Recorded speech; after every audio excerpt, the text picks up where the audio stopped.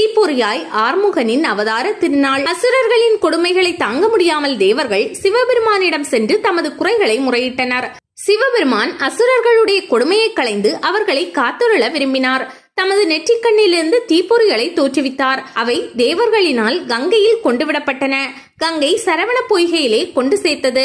புராணங்களின்படி சிவனிடமிருந்து புறப்பட்ட தீப்பொறி சரவண பொய்கையில் 6 பகுதிகளாக விழுந்தது. இது 6 குழந்தைகளாக உருப்பெற்றது. கார்த்திகை பெண்கள் 6 இந்த 6 குழந்தைகளை வளர்த்தனர்.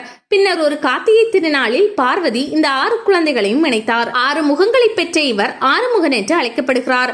முருகப்பெருமானின் 6 திருமுகங்களும் முற்றறிவு, அளவற்ற இன்பமில்லாத ஆற்றல், தன் வயமுடைமை, பேரருளுடைமை, இயற்கை அறிவு என்னும் 6 குணங்களாகின.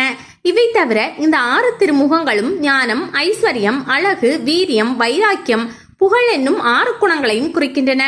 ஆறுமுகப்பெருமான் அவதரித்த தினமானதால் விசாகம் விசேஷ தினமாக கொண்டாடப்படுகின்றது. சரவணன், கார்த்திகேயன், குமரன், கந்தன், வடிவேலன், சுப்பிரமணியன், சுவாமிநாதன், செந்தில்நாதன், ஆறுமுகன் போன்ற பல பெயர்களால் வழங்கப்படுகிறார். ஐம்பூதமும் உயிருமாகிய 6னையும் திருமுகங்களாக உருவகித்து கூறி எங்கும் நிறைந்த கடவுள் தன்மையை மக்களுக்கு நினைவூட்ட கருதிய பண்டை பெரியோர் இறைவனை ஆறுமுகப்பெருமான் என்றனர். எனவே உலகத்து உயிர்கள் யாவும் உய்யும் பொருட்டு சிவபெருமானின் திருவிளையாடலால் குழந்தையான நாள்.